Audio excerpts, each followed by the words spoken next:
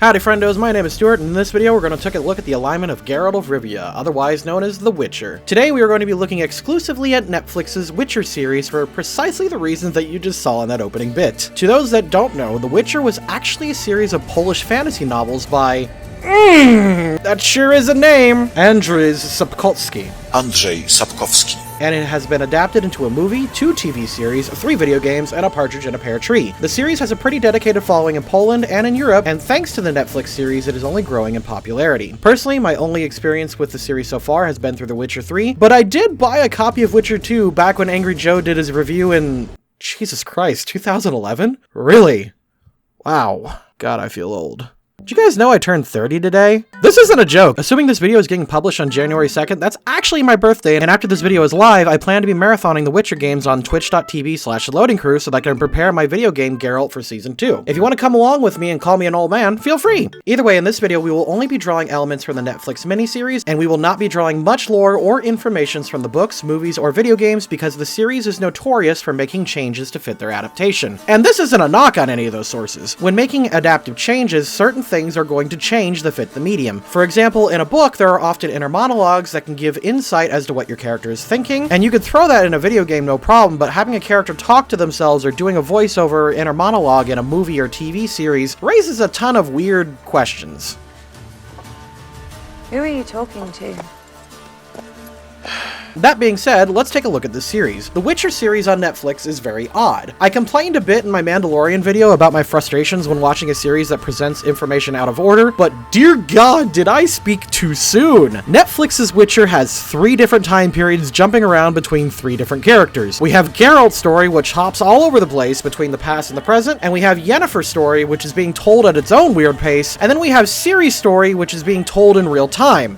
The amount of time that passes for these characters isn't very clear and can make a very frustrating viewing experience if you aren't used to this sort of thing. Geralt of Rivia is the character we'll be focusing on today, and thankfully his story is the easiest character to follow. When Geralt was young, he was raised by his mother, Visenya. He was an adventurous and energetic child who dreamed of adventure. After a time, his mother left him to Kaer Morhen to become a witcher, a member of an ancient monster-slaying guild. During his time at Kaer Morhen, he studied under the School of the Wolf, in which he honed his body and mind to become a monster hunter. This special training was called the Gauntlet, and it was an extremely tough and brutal process. Once their training was complete, they went through a magical mutation process to alter their bodies called the Trial of Grasses. This process is so brutal that only 3 out of 10 boys ever survive the process to become a witcher. These mutations give Geralt enhanced senses, abilities, a longer lifespan, and a body that can handle the toxicity of potions easier. I believe it also gives him access to lesser magical spells too, but based on what I've seen in the lore, it's more likely his spells are more of a result of his training than anything else. There is also an in-universe speculation that Geralt and the other witchers lack human emotion and empathy. However, based on the words and behaviors we see from Geralt, we know that this isn't true. Geralt himself said that this is a lie spread by propaganda, but the truth of the matter is, his emotions are more muted rather than removed. If you've ever been on antidepressants or any mood-altering medication, it's similar to that. The guild used to be very renowned and respected, but at some point in their history, the masses became convinced that the witchers were abominations and thus were systematically killed by religious zealots. So now, Geralt is one of the last remaining witchers left in the world. He travels around looking for contracts and monsters to kill. At the beginning of the series, he is motivated by money and work, and he is always looking for the next contract, but by no means is Geralt a cold individual. In fact, Geralt frequently goes out of his way to get the best outcome possible for a situation. Because of this, we'll be starting Geralt's alignment at Lawful Neutral, but skewing it slightly to be on the good side to the alignment that many consider to be Lawful Moral.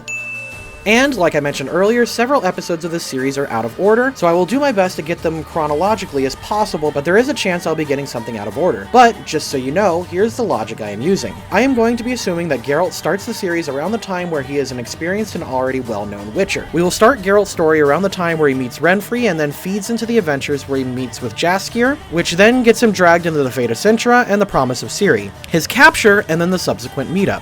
When you lay it out like this, it's not super difficult to follow. Basically, episode 1 is the fall of Sintra, and then we consider everything else a flashback until episode 7. And here we go!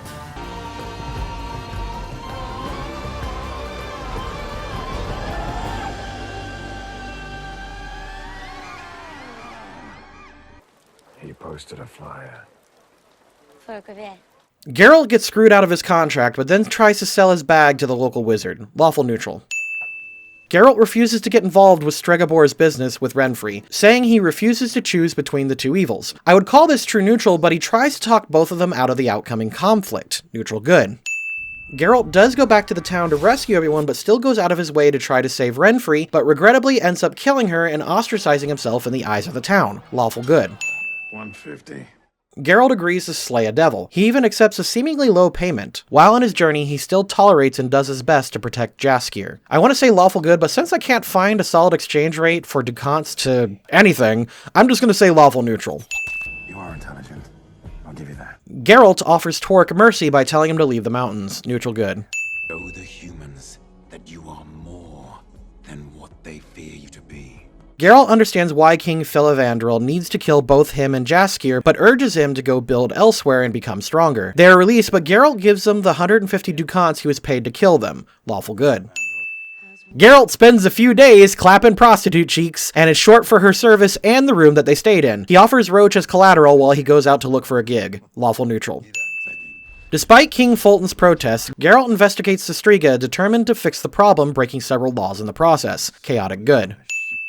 Allowing Ostrit to die by the hands of the Striga is a difficult action to judge because it fulfills two purposes. First, Geralt realizes he was going to need to fight the Striga until morning, a Herculean task, even for a Witcher. However, he also realized that Ostrid caused the death of Ada and the death of many others at the creation of the Striga, and so letting him die was a form of, frontier justice or something. Since he ultimately did this at the benefit of the Striga and everyone else, I'll label this as chaotic good.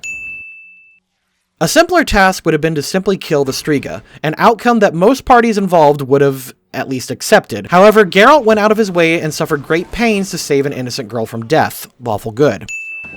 Food, women, and wine, Geralt. Being your friend's bodyguard in exchange for food, women, and wine. Lawful neutral. Truth be known, he was kicked in the balls by an ox as a child. What, that's true. He does lie and humiliate his best friend to protect him and amuse himself. Chaotic good. There was no slaying. I had my ass kicked by a ragged band of elves. Rather than letting everyone believe he was a demigod at fighting, Geralt tells the truth about the encounter with the elves at his own expense. Lawful neutral. Geralt defends Dunny, taking on an entire throne room to do so, and against the Queen's orders. Chaotic good. Fine. I claim the tradition as you have. The lore of surprise. You'd think I'd label this act as lawful neutral, and believe me, I'm tempted to, but Geralt only claimed law of surprise because he thought it was ironically funny. He immediately regretted it as soon as he did though and tried to get out of it. Chaotic neutral. Fuck. The gin. Even though he believed Dandelion totally stole his wish, and despite being sleep deprived for days, Geralt takes Jaskier to a healer and does everything in his power to help him. Neutral good. Geralt agrees to be Yennefer's curiosity in exchange for helping Dandelion. Lawful good. Make your wish. You can have anything you want. Until we get a complete confirmation as to what Geralt's last wish was on the Djinn, I cannot, in good faith, give this action an alignment yet. The best fan speculation I've seen suggests various things I'll mention at the end of the Ding Ding Ding essay, so don't click off after all of this. Come with me. I'll show you what you're missing. Geralt agrees to join the dragon hunting expedition for the purpose of getting some kind of fulfillment. Lawful neutral. Geralt, refusing to leave a party member behind, tries to save Borsch and his companions even at the cost of his own life. Their sacrifice does not negate his willingness to help them. Lawful good. Witcher and his sorceress. Hello again. Geralt betrays the other hunting parties and helps the dragon protect his egg from the other hunters. Chaotic good. Upon discovering the Nilfgaardian army, Geralt heads to Sintra to protect Ciri by claiming the law of surprise. He honestly couldn't give two shits about fate or anything like that, but he was absolutely determined to honor his word and vow to protect his adopted daughter. Since this runs the gamut of both honor and breaking the law, I'm going to split the difference and call it neutral good. Go home. Protecting a random stranger from ghouls despite warning him to run away. Neutral good. On first viewing of the show, I'll admit I kinda hated it. Upon second viewing and writing this video, I think I love it. I really liked Witcher 3, but honestly never really had any sort of connection to the series. And after watching this show for the second time, I had this huge newfound respect for it. Every scrap of information that is given to the viewer is useful. There is very little wasted information, and the convoluted storytelling method, while frustrating at first blush, is probably the perfect way to tell this story. This was a great series, and I can't wait for season 2. Our hero starts off at pretty much lawful neutral, but then becomes what is arguably the best good-aligned character we've seen in this series. Seriously, he's the only character, aside from Groot, who didn't commit a single evil action in his entire series. All of his actions were either heroic or at the very least not meant to be disruptive. I'm not even upset to say it. If you're looking to make a dark, brooding, heroic character, this is the way to do it. He's also really charming and rather fun and pretty lighthearted, and everyone is just kind of giving him shit for stuff too. And I know I'm kind of gushing here, but I'm sorry. I just really like Geralt. I think he's a good character. The only thing that gives me pause is the wish that he made upon the Jinn. This was the act that both bound himself and Yennefer by destiny and fate. Fan speculation suggests that he bound his life force to Yennefer's in order to prevent the Jinn from killing her, and based on Geralt's behavior that we see so far, this is most likely. And like I said before, this should drop on Thursday, January 2nd. If that happens, I'll be streaming the Witcher series with my wife on Twitch every day until Sunday starting at noon Eastern Standard Time, and going until I either get too sick or too tired to do so. Otherwise, feel free to check out my other alignment videos. See you guys around.